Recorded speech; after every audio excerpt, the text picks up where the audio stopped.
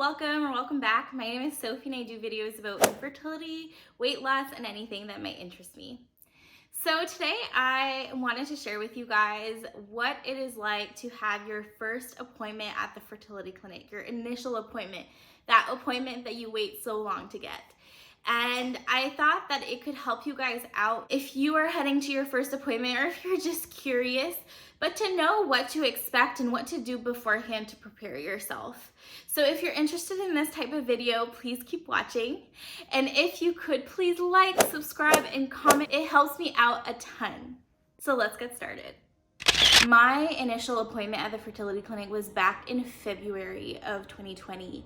And when I went to that first appointment, I never in my life thought that COVID would hit our area. When we went to our initial appointment, I remember right before we went, I remember doing so much research to know exactly what to expect, what I needed to do beforehand so that I could be the most prepared. And I'm assuming that's probably one of the reasons you guys are watching this, or maybe you're just interested. However, I thought I would share exactly what I did, what the process was during my very first appointment. So basically, before you even go to your first fertility appointment, the process is different depending on where you live. I know that here in Canada, it even differs from city to city or province to province. So what I am explaining might not be the case for you and might not be applicable to you, but I thought that I would still share what the steps are to even get into your first fertility appointment to begin with. So for me, in my province where I live, the first step is to go see your family doctor. Now, it can be kind of frustrating because you can only go see your family doctor about fertility after 1 year of trying. I mean, you can go see them beforehand, I did, but they will tell you to come back after a year of trying. So after a year of trying to conceive, I went to see my family doctor to talk about fertility for the second time because I was too impatient and I went beforehand. And then she told me to come back. So when I came for the second time, she said, all right, let's get you ready to refer you to the fertility clinic. And that is a very important step where I live. So we actually need to be referred to the fertility clinic to get into the fertility clinic's wait list. You are not allowed to refer yourself. You can't just call and ask for an appointment. You can't put yourself on the wait list. So it's really important to go see your family doctor, or if you have an OBGYN because of a medical condition or infertility, you can also ask them to refer you. So when I went to my family doctor at the very beginning, she decided to run some basic tests on me, all my hormones, my vitamin D, for example, as well, and a couple other things to make sure that everything was in line and everything made sense. And then we also did a Pap test because before you go in for your first appointment at the fertility clinic, they recommend you get a Pap test. Now, all these tests that I had done before even going to my first appointment isn't necessary, but it needs to be done before any procedure is done. So it's just better to get it out of the way before you even have your first appointment. So like I said, I had my blood test done, I had my Pap test done, and I was also sent in to the hospital to get an ultrasound. We have a thing called Medicare, and so all these blood tests, this Pap test, the ultrasound at the hospital, all of this is free of charge. And so it takes a long time to get in for everything, including my ultrasound. I remember I went in August 2019 for my appointment at the family doctor, and I only got in for my ultrasound at the hospital in November 2019. So it took about 3 months to even get an ultrasound. I know that's not typical if you're in private healthcare, but here in Canada it is public healthcare, still considered public healthcare before you go to the fertility clinic. So my family doctor decided, because there was nothing wrong with my blood test, my ultrasound, and my Pap test, that she was just going to refer me directly to the fertility clinic. If you have something like PCOS or endometriosis or anything like that, your family doctor can actually choose to send you to an OBGYN before, so that OBGYN can actually prescribe you medication and try to get things in check before you ever head off to the fertility clinic. But because at that point I was considered dealing with unexplained infertility, my family doctor just decided to send me straight to the fertility clinic because she felt that an OBGYN couldn't do much more for me. Another test that they do recommend that you do before you get into the first appointment at the fertility clinic is an HSG.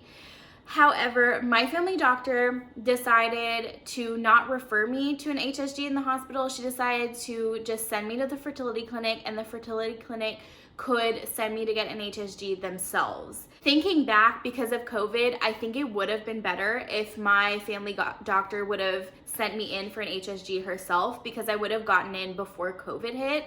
But she doesn't really do things that way. It's really dependent on your family doctor. Family doctors are going to deal with things differently, especially in Canada where it's public healthcare. Your doctor really has the liberty and can do anything, and you're not going to switch doctors because it's impossible to get a new doctor. It really is. So you're stuck with the doctor that you have, and a lot of people don't even have doctors, so I'm just lucky to have my doctor. So I listened to her. She's great, and she referred me to the fertility clinic. I know that this differs from province to province. I know that my neighboring provinces, you can send yourself to the fertility clinic without a referral from your family doctor or an OBGYN, but in my case, I need to be referred. Now, a lot of fertility clinics in my area and even in my neighboring provinces have really, really long wait lists. So the wait list can go from 6 months to a year, especially in my neighboring provinces. The one that I went to was a 6-month wait. They never said that it would be more than 6 months or anything, and it was 6 months on the dot. So I got in for my initial appointment in February after being referred in August. I had all of my testing done except for my HSG going into the fertility clinic. My husband also had his analysis done beforehand, but we knew that they would do a more detailed analysis once we got into the fertility clinic. We just did one just in case, and everything came back normal on his end. So we got into the fertility clinic. We went for our first appointment. We were met with the director of the fertility clinic, who is a doctor, an OBGYN, and a nurse. So basically, when you first get into your appointment, the very first thing you're gonna do is probably fill out a huge questionnaire. And the doctor went through this with us. So he was the one asking us questions, and he was the one filling it out. The questions varied from our names and date of birth to did my mom have issues trying to conceive, to have you ever had an abnormal Pap Test, are your periods regular, etc., etc. Like, there are so many questions. There were questions about weight. There was questions about physical activity, about what you eat. It was very detailed, and he goes through that with you. Now, at this fertility clinic in particular, the doctor fills out the questionnaire and then actually leaves you with the nurse. I don't know if that's the case with everyone going in. It might have just been because we still had some testing to get done, so there was just no point in him talking to us even about options at that point. But he went off and we went into a room with a nurse so that she could talk to us about the testing that still needed to get done. So like we predicted, we still needed my husband's analysis or detailed analysis to get done. We also needed me to go and get an HSG. And this is where the process was prolonged, because an HSG is just like the ultrasound situation where they send in a request for you to get an HSG at the hospital, but it takes a lot of months because it's public healthcare and it's free. So when she said that I had to go and get an HSG, she said it was about a 3-month wait, and we were ready for that. My husband got his analysis done the next week because it was done by the fertility clinic and was very expensive. And then I was sent off with basically nothing to do except wait for my HSG call. And then COVID hit, and so I only got in for my HSG in November. So that's basically the gist of your first appointment. You are basically just going there to discuss what is happening, what's wrong. And if you have all of your testing done, at that point, they will talk to you about your options. So whether it's IUI, IVF, or a sperm donor, or just medication, like it could be anything. But because we didn't have all the testing done, we needed to get the testing done before talking about our options. So it's a really straightforward appointment. There is nothing stressful about your initial appointment to the fertility clinic. And if anything, I would say that it's most of the time, it's very comforting because you feel like you're finally getting somewhere. You feel like you're finally at the point where things are gonna start to happen. And I know that if COVID wouldn't have hit, we might be pregnant right now because things would have gone a lot quicker. I would have gotten my HSG done and everything. So I just want to say that it's a really straightforward appointment, and if anything, just prepare your questions in advance. I didn't have a lot of questions, to be honest, because I knew that we still had testing. If you're heading into options for procedures and stuff, just prepare your questions in advance and they'd be happy to answer them. It wasn't a very long appointment. I would say it was like an hour or so. And again, it's comforting to even talk about your situation. All the questions felt like I was like at the therapist. Like, yeah, my period's so regular, and like, yes, this is wrong and that's wrong. And like, I don't know, it was just a good appointment. And if you are waiting for that appointment, don't be scared and don't be frightful of what's to come.